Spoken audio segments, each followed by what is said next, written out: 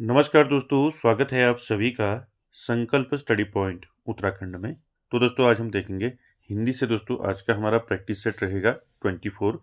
इससे पहले दोस्तों हिंदी से जो है 23 प्रैक्टिस सेट कंप्लीट हो चुके हैं दोस्तों, जिनको आप प्लेलिस्ट में जाके देख सकते हैं। चलिए दोस्तों स्टार्ट करते हैं आज का सेशन, और आप सभी लोग दोस्तों वीडियो के एंड तक जरूर बने रहें। पहला क्वेश्चन लेते हैं दोस्तों आज का, और साथ ही साथ आप आंसर करते हुए चलेंगे। पहला क्वेश्चन क्या है देखिए। पहला क्वेश्चन है, पृथ्वीराज रासो के 30,000 छंदों का अंग्रेजी में अनुवाद किस लेखक ने किया।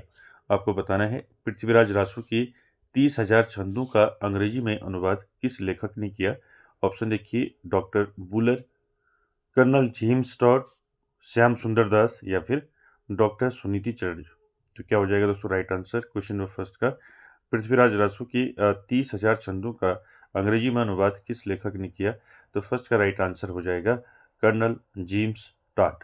ठीक है, तो यहाँ पर आपका बी ऑप्शन राइट हो जाएगा, कर्नल जेम्स टॉड नाम जो है याद रखेंगे। ठीक है, अगला क्वेश्चन देखिए, क्वेश्चन नंबर 2।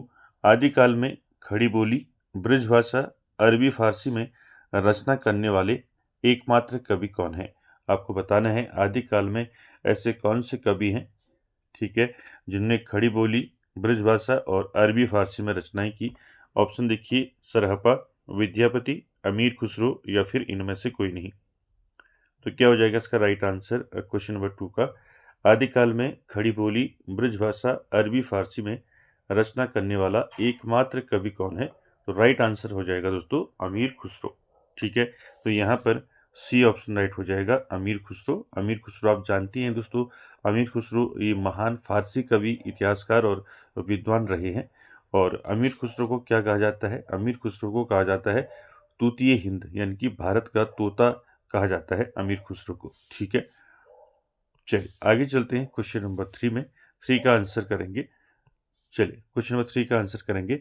जय मयंक जस चंद्रिका के रचनाकार हैं। आपको बताना है जय मयंक जस चंद्रिका। ऑप्शन देखिए, केशव दास, मधुकर, भट्ट केदार, या फिर रोड़ा। तो क्या हो जाएगा राइट आंसर इसमें क्वेश्चन नंबर 3 में, जय मयंक जस चंद्रिका की रचनाकार कौन है। तो राइट आंसर हो जाएगा दोस्तों क्वेश्चन नंबर 3 का। क्या हो जाएगा राइट आंसर, जय मयंक जस चंद्रिका किसने लिखी है।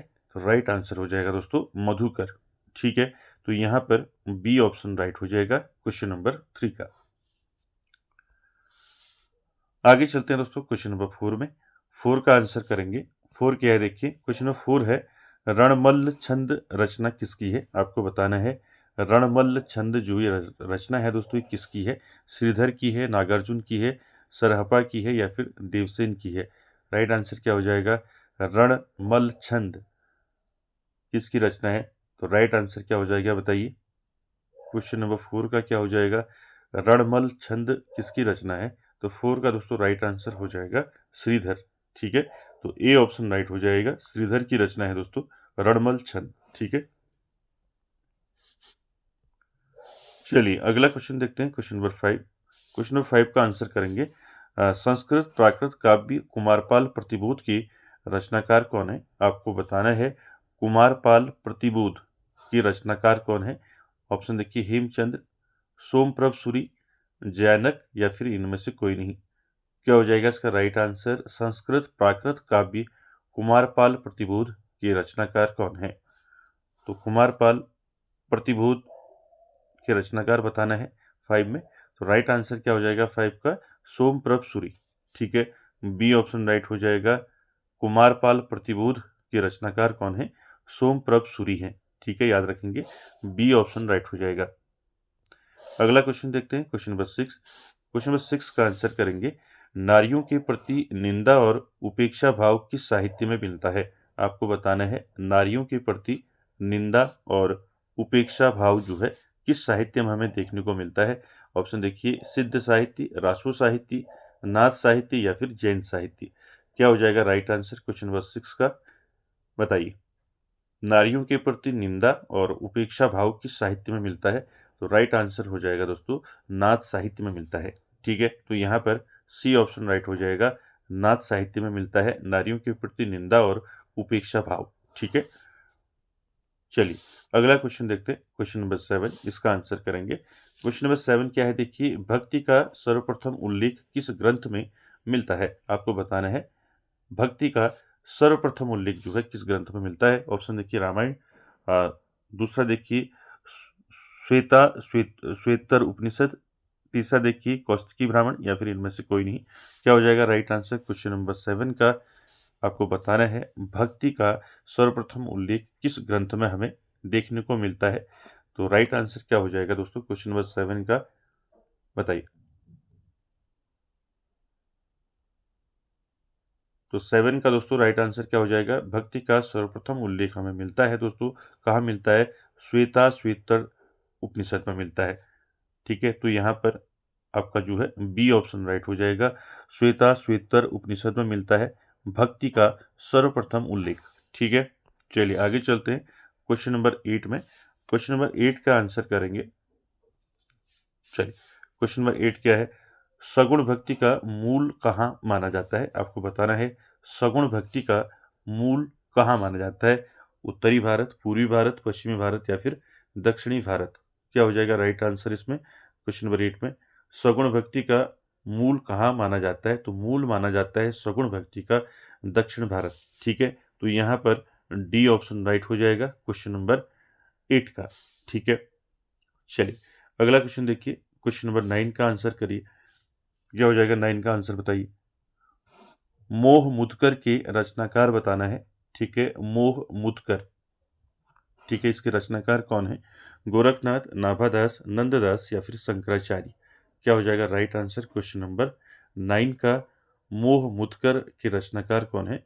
तो राइट आंसर हो जाएगा शंकराचार्य। ठीक है, किसकी रचना है ये? शंकराचार्य की रचना है। डी ऑप्शन यहाँ पर राइट हो जाएगा क्वेश्चन नंबर 9 का। ठीक है, चलिए अगला क्वेश्चन देखते हैं, क्वेश्चन नंबर 10, इसका आंसर करेंगे। नामदेव जी की भक्ति किस प्रकार की थी? ठीक है, आपको बताना है नामदेव जी की जो भक्ति थी वो किस प्रकार की थी। सगुण, निर्गुण, सगुण निर्गुण, या फिर इनमें से कोई नहीं। क्या हो जाएगा 10 का? नामदेव जी की भक्ति किस प्रकार की थी? तो राइट आंसर हो जाएगा दोस्तों, नामदेव जो थे दोस्तों सगुण निर्गुण दोनों थे। ठीक है, यहाँ पर सी ऑप्शन राइट हो जाएगा। ठीक है, उसके बाद अगला क्वेश्चन देखिए, क्वेश्चन नंबर 11। ये पंक्तियां जो है दोस्तों और किसने लिखी हैं बताना है। पंक्तियां क्या है देखिए क्वेश्चन नंबर 11 में, आंसर करना है। झिलमिल झगड़ा झूलते बाकी रही न काहू, गोरख अटके कालपुर कौन कहावे साहू। इन पंक्तियों की रचयिता बताना है। ठीक है, पंक्तियां देख लें। ठीक है, किसकी पंक्तियां हैं? झिलमिल झगड़ा झूलते बाकी रही न काहू, गोरख अटके कालपुर और कहावे साहू। तो ये पंक्तियां हैं दोस्तों, किसकी पंक्तियां हैं? ये पंक्तियां हैं दोस्तों कबीरदास की। ठीक है, तो यहाँ पर सी ऑप्शन राइट हो जाएगा क्वेश्चन नंबर 11 में। ठीक है, चलिए आगे चलते हैं क्वेश्चन नंबर 12 में।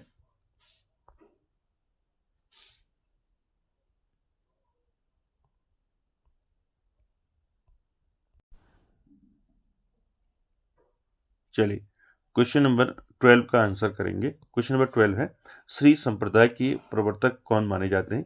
आपको बताना है श्री संप्रदाय। तो श्री संप्रदाय के प्रवर्तक कौन माने जाते हैं? ऑप्शन देखिए रामानंद, रामानुजाचार्य, विष्णु स्वामी, या फिर इनमें से कोई नहीं। तो क्या हो जाएगा राइट आंसर इसका बताइए। तो राइट आंसर क्या हो जाएगा? श्री संप्रदाय के प्रवर्तक माने जाते हैं दोस्तों रामानुजाचार्य। ठीक है, तो यहाँ पर बी ऑप्शन राइट हो जाएगा रामानुजाचार्य। ठीक है, याद रखेंगे श्री संप्रदाय के प्रवर्तक कौन माने जाते हैं? रामानुजाचार्य। उसके बाद आगे चलते हैं क्वेश्चन नंबर 13 में। 13 का आंसर करेंगे दोस्तों, सत्यवती कथा के रचयिता कौन थे? आपको बताना है 13 में सत्यवती कथा। ठीक है, सत्यवती कथा के रचयिता कौन थे? ऑप्शन देखिए जायसी, ईश्वरदास, उस्मान, या फिर मुल्ला दाऊद। क्या हो जाएगा राइट आंसर क्वेश्चन नंबर 13 का? सत्यवती कथा के रचयिता कौन थे? तो राइट आंसर हो जाएगा दोस्तों ईश्वर दास। ठीक है, तो यहाँ पर बी ऑप्शन राइट हो जाएगा, ईश्वर दास की रचना है सत्यवती कथा। ठीक है, याद रखेंगे इसको। चलिए 14 का आंसर करेंगे, क्वेश्चन नंबर 14। देखिए 14 में क्या है? हंस जवाहिर के रचनाकार कौन है? आपको बताना है हंस जवाहिर। ठीक है, हंस जवाहिर के रचनाकार कौन है? ऑप्शन देखिए मंजन, जैसी, नूर मोहम्मद, या फिर कासिम शाह। राइट आंसर क्या हो जाएगा 14 का हंस ज्वाहिर की रचनाकार कौन है? तो हंस ज्वाहिर के रचनाकार हैं दोस्तों कासिम शाह। ठीक है, तो यहाँ पर डी ऑप्शन राइट हो जाएगा दोस्तों क्वेश्चन नंबर 14 में। ठीक है, चलिए अगला क्वेश्चन देखते हैं, क्वेश्चन नंबर 15। क्वेश्चन नंबर 15 है दोस्तों, राम रक्षा स्तोत्रम के रचयिता कौन है? तो राम रक्षा स्तोत्रम के रचयिता हैं दोस्तों कौन है बताइए? रामानुज, तुलसीदास, रामानंद या फिर सूरदास? क्या हो जाएगा राइट आंसर क्वेश्चन नंबर 15 में? राम रक्षा स्तोत्रम की रचयिता कौन है? तो राइट आंसर हो जाएगा रामानंद। ठीक है, सी ऑप्शन राइट हो जाएगा क्वेश्चन नंबर 15 में। आगे चलते हैं क्वेश्चन नंबर 16। क्वेश्चन नंबर 16 का आंसर करेंगे, रीतिकाल की समय सीमा आचार्य शुक्ल के अनुसार क्या है? ठीक है, आपको बताना है रीतिकाल का जो है समय जो है बताना है आचार्य रामचंद्र शुक्ल के अनुसार। ठीक है, ऑप्शन देखिए 1700 से 1850, 1600 से 1800, 1643 से लेके 1843 या फिर 1700 से लेके 1900 ईस्वी। क्या हो जाएगा राइट आंसर क्वेश्चन नंबर 16 में? रीतिकाल का समय जो है आचार्य रामचंद्र शुक्ल ने क्या बताया है? ये बताया है 1700 से 1900 तक। ठीक है, किसके अनुसार है? आचार्य रामचंद्र शुक्ल के अनुसार। ठीक है, चलिए अगला क्वेश्चन देखते हैं, क्वेश्चन नंबर 17 इसका आंसर करेंगे। क्वेश्चन नंबर 17 क्या है देखिए, क्वेश्चन नंबर 17 है, उत्तर मध्यकाल को रीतिकाल की संज्ञा किसने दी? आपको बताना है उत्तर मध्यकाल को रीतिकाल की संज्ञा किसने दी है? ऑप्शन देखिए रामचंद्र शुक्ल, मिश्र बंधु, विश्वनाथ प्रसाद मिश्र या फिर रामकुमार वर्मा। क्या हो जाएगा राइट आंसर क्वेश्चन नंबर 17 में? उत्तर मध्यकाल को रीतिकाल की संज्ञा किसने दी? तो राइट आंसर हो जाएगा दोस्तों आचार्य रामचंद्र शुक्ल। ठीक है, याद रखेंगे ए ऑप्शन राइट हो जाएगा। आचार्य रामचंद्र शुक्ल ने उत्तर मध्यकाल को क्या कहा है? रीतिकाल कहा है। ठीक है, चलिए अगला क्वेश्चन देखते हैं, क्वेश्चन नंबर 18 इसका आंसर करेंगे। 18 है दोस्तों, कवि कवि कुल कल्पतरु के रचयिता कौन है बताना है? कवि कुल कल्पतरु, ऑप्शन देखिए सेनापति, मतीराम, चिंतामणि या फिर कुलपति मिश्र। क्या हो जाएगा राइट आंसर?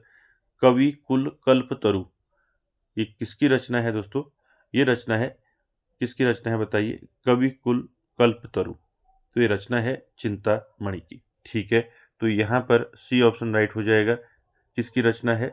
कवि कुल कल्पतरु, ये चिंतामणि की रचना है। ठीक है, याद रखेंगे। अगला है दोस्तों क्वेश्चन नंबर 19 इसका आंसर करेंगे। अलंकार पंचाशिका रचना की रचयिता है, आपको बताना है अलंकार पंचाशिका। ठीक है, अलंकार पंचाशिका रचना किसकी है? ऑप्शन देखिए चिंतामणि, देव, जसवंत सिंह या फिर मतीराम। क्या हो जाएगा राइट आंसर क्वेश्चन नंबर 19 का? अलंकार पंचाशिका की रचना किसने की?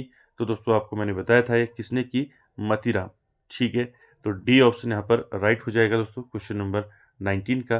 ठीक है, चलिए अगला क्वेश्चन 20 और इसका आंसर जो है दोस्तों आप मुझे कमेंट बॉक्स में कमेंट करेंगे। क्वेश्चन नंबर 20 का आंसर देंगे। ठीक है, विष्णु विलास रचना की रचयिता बताना है आपको। ठीक है, विष्णु विलास रचना की रचयिता कौन है? ऑप्शन देखिए सूदन, लाल कवि, पद्माकर या फिर भूषण।